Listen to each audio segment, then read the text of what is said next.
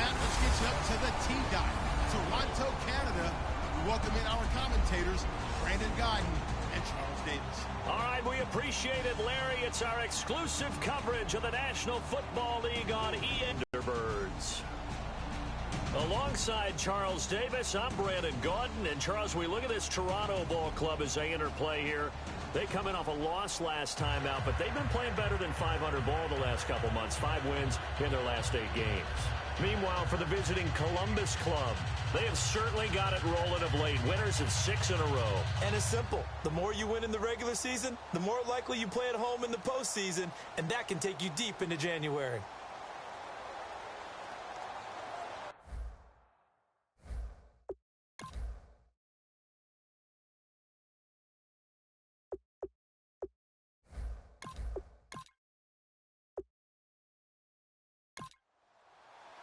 The shadow's starting to get a bit longer. Week 10 of the NFL season is here, and we're underway on EA Sports. This is taken at the 3. Oh, a nifty juke there. Not much fun for a guy trying to tackle it.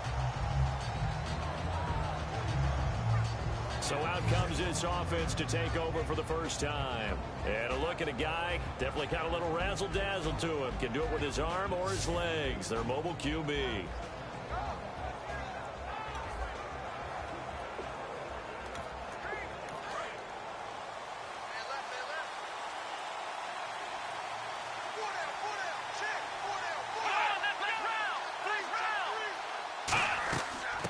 They'll run it now out of the gun. And he'll get about 4 across the 30 to the 32. And how about this wide receiving core, Charles? From what I can tell, you're exactly right. Can't wait to see them do their thing out on the field. 5 yards left for the offense. It's 2nd down.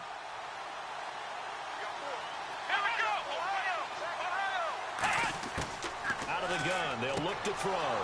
It's a short one here, complete to his tight end. A nice pickup there, 10 yards, and it'll move the sticks. Partner, it's a lot of fun watching the NFL now, isn't it? Because when the big fella runs routes, it used to be when we were kids, he'd run about 3 different routes, and that was it. Now he can run anything and catch the balls we just saw there.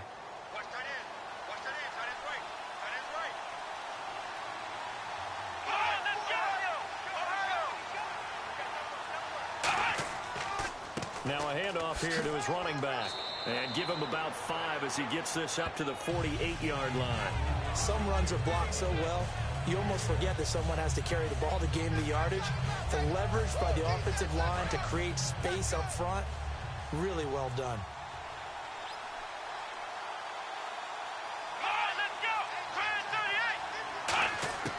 Now a shotgun snap as they'll look to throw. He's got time in the pocket. Still back there. And his throw here's incomplete.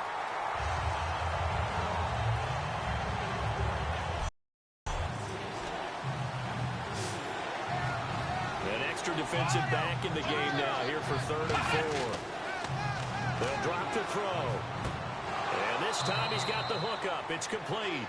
A gain of 7, and they pick up the first.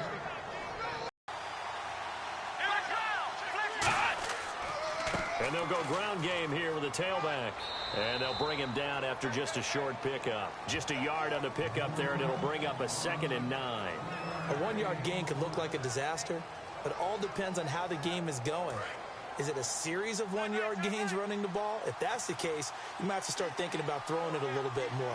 But if it's just the occasional 1-yard run, hey, congratulations to the defense. They won that one. Come back and get them the next time. And he's going to take it down to about the 35 here. Give him 8 yards there. Still a few inches to go, though, as it'll be 3rd down at about the length of the football. That was a good run, and it got to the 2nd level. And what I mean by that is that's where the linebackers usually play. First level being the defensive front, last level being the secondary. But the strong safety position ended up making the tackle, and oftentimes we call them a hybrid. Combination defensive back, combination linebacker. We saw the linebacker make the stop. They'll be marked inches short. No gain on the play, and that's going to lead them to 4th down.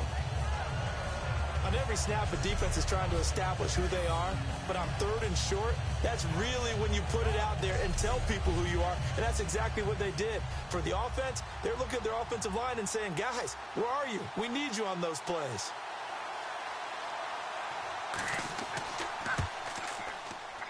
And that one's not going to get there. Not enough juice. An ambitious effort, but it's well short. And this will remain a scoreless game. That opening drive looked good for a moment there, but they'll wind up being turned away thanks to the missed field goal. And those especially hurt when you come into a game on the road. You're trying to get things to go your way early, and now you suffer a setback right out of the gate.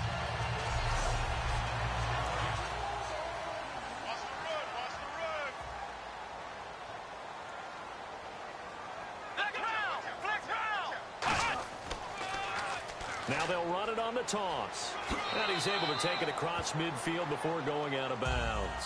8 yards on the pickup, and now they'll have some options on 2nd and short. I know the toss play begins with the guy taking the snap and turning around and tossing it to the runner. But where the real intrigue is, can they seal the edge? Whether it's an offensive tackle or a tight end in the direction they want to run the football. If they do that, that's the result that you get, that type of a gain. If they don't, oftentimes it's not a very successful play. And they'll run it here. And he'll get it down here to the 43. It'll go as a gain of 6 that time, and it moves the chains as well. But we always talk about good down and distance, allowing offenses to expand their playbook. Well, 2nd and 2, that means your playbook's wide open. You can run just about anything. But a lot of times, the play caller, he just looks down at his sheet, sees the short yardage runs, and goes to one of those. And able to push his way forward here for a good little gain. Give him 5 on the carry there, and it'll be 2nd down. And that's exactly what you want on a 1st down run. Pick up 5 yards, bring up 2nd and 5. The defensive line, though, they've got to figure out a way to out-leverage the guys up front because the offensive line is winning at the point of attack. And they'll go with a ground attack here. And this time not quite to the 30. It'll be down at the 31-yard line. It's a 7-yard gain there, and it's good enough to move the chains. And that's a nice pickup of a 1st down on that 2nd down run. And at that yardage gain, they can run that play on any down.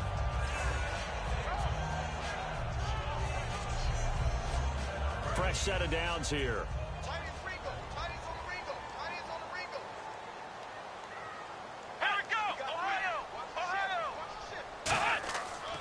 And they'll go on the ground. Now that play is blown up, losing yardage back at the 35. The loss of a full 3 yards, and now it's opposite side of the line of scrimmage.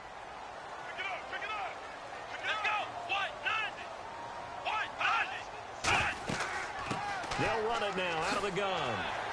And they'll be inside the 25 now at the 24. That one against a smaller, lighter lineup with your big guys, and that's exactly what happened on that play. It was tough on them, and now instead of being in 3rd and very long, they ended up setting themselves up in 3rd and manageable. They've got a chance at a 1st down. And he will have a 1st down at about the 21-yard line.